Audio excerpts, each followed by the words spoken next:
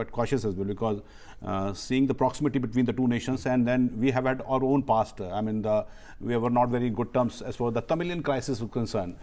So how do you see that? I mean, the security through security angles. Well, Anurag, in the last 3-4 years, I think by my count, around more than 20 such modules of ISIS related organizations in India planning such kind of strikes were neutralized by government agencies, in coordination with the states and the central agencies working together. So yes, the threat is very much profound.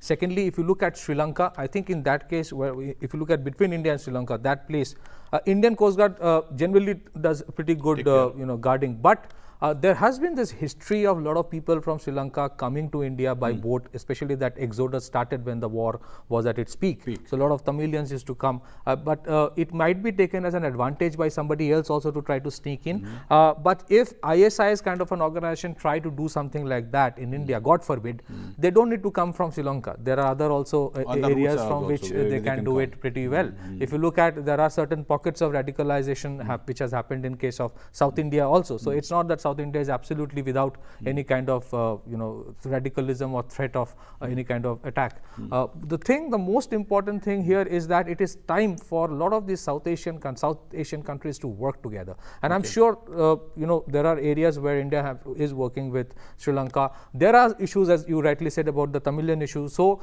India has been doing mostly humanitarian work rather than trying to help them on army related or defense related thing. Right. But today the threat is common across the spectrum, whether it's for Sri Lanka, whether it's for India, whether it's for Bangladesh, and Maldives is an issue.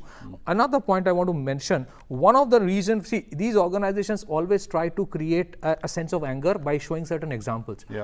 Sri Lanka being a predominantly Buddhist country, they have been trying to show the example of Myanmar, these terror organizations, and to show that, look, this is how the Buddhist so-called allegedly persecuted the Rohingyas. So, and that is one of the reasons for creating that anger among these radicalized people within the country to do something. But the reason they did not target any Buddhist monastery is because the fear of a massive backlash. Because they have seen what the Sinhalese, in case of the Tamil and Sinhali problem. It's a very tactical thing. Because most of the tourists who come are either Christians, more from the West, or Indians. That is one. On very short now.